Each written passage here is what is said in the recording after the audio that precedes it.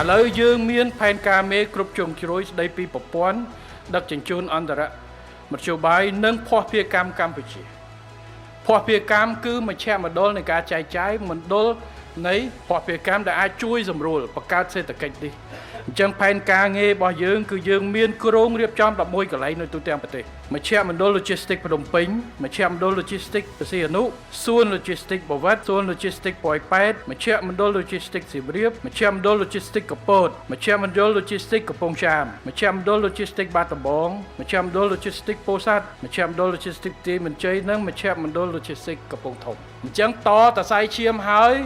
សម្រួលដឹកជញ្ជូនហើយត្រូវរៀបចំជាមណ្ឌល Logistics ដើម្បីងាយស្រួលក្នុងការដឹករបស់រួមចែកចាយសម្រួលដល់តម្លៃទំនិញផងអញ្ចឹងថ្ងៃក្រោយគឺបង្កើតសកម្មភាពសេដ្ឋកិច្ចបន្ថែមទៀតហើយមិញខ្ញុំបានលើកហើយពីច្រករបៀងដឹកជញ្ជូនពីកម្ពុជាទៅចិនឆ្លងកាត់តាមឡាវដែលយើងទៅចុះហត្ថលេខាពីថ្ងៃ22ខែ6ប្រហែលថ្ងៃប្រហែលជា2អាទិត្យពុតទេដើម្បីយើងបើកច្រកការដឹកជញ្ជូនទៅហើយយើងក៏បាននិយាយជាមួយឡាវក៏អាចដឹកជញ្ជូនមកតាមក្រោមប្រើប្រាស់គ្រប់ព្រោះប្រទេសមួយមានច្រកច្រើនដឹកជញ្ជូនកាន់ល្អអ្នកនៅចិត្តខាងក្រោមកំពង់សោមចេញតាមទឹកទៅអ្នកនៅលើស្ទឹងត្រែងអីអាចងាយស្រួលដឹកទៅចិនជាងចុះមកហើយបើចង់ប្រើទូក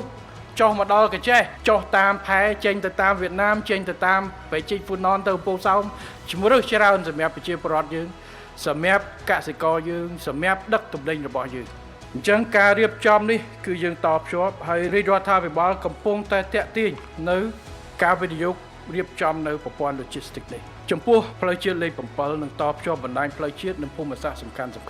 ដែលអាដាមពេញពូនីបានរាយការណ៍បាញ់មិញនេះកំណត់ផ្លូវនេះមិនមែនតែជាផ្លូវមួយដែលតភ្ជាប់ទៅខេត្តកំពង់ចាមហើយក៏មិនមែនជាផ្លូវតែមួយឯកោដែរវាត្រូវតភ្ជាប់ជាមួយប្រព័ន្ធផ្លូវជាតិឥឡូវគ្រាន់ផ្លូវជាតិលេខ7នេះចំណុចចាប់ផ្ដើមខាងលិចនេះគឺចាប់ផ្ដើមជាមួយផ្លូវជាតិលេខ6ទៅរាជធានីភ្នំពេញទៅទិសដៅកំពង់ធំសៀមរាបតភ្ជាប់ផ្លូវបំបីទីរួមព្រៃឈរផ្លូវជាតិលេខ60ឆ្ពោះទៅផ្លូវជាតិលេខ6ផ្លូវជាតិលេខ70ឆ្ពោះទៅកាន់ស្រុកកងមាសព្រមទាំងតភ្ជាប់ផ្លូវជាតិលេខ71ត្រង់ចំណុចផ្លូវបំបីត្រើងចូលទៅចកាលើ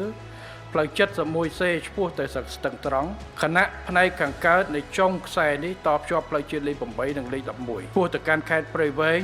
និងតភ្ជាប់ជាមួយផ្លូវជាតិលេខ78ឆ្ពោះទៅខេត្តត្បូងឃ្មុំព្រមទាំងតភ្ជាប់លេខ76 78ឆ្ពោះទៅទិសឦសានរួមទាំងមានកញ្ចេះស្ទឹងត្រែងមណ្ឌលគិរីរតនគិរីចឹងកន្លែងនេះគឺជាកន្លែងកដោមួយនៃការតភ្ជាប់កន្លែងដែលធ្លាប់តែកដបមិនសូវមានកិច្ចដំណើរចំណាយពេលវេលាយូរពិបាកឥឡូវតិចទៀតគឺជាកន្លែងមួយដែលអាចមានចរន្តចរាចរណ៍កាន់តែរវល់ច្រើនបង្កើតហាងលក់ដូរបង្កើតសេដ្ឋកិច្ចបង្កើតរោងចក្រអីបន្ថែមទៀតដែលតភ្ជាប់កាន់តែជិតទៅភ្នំពេញ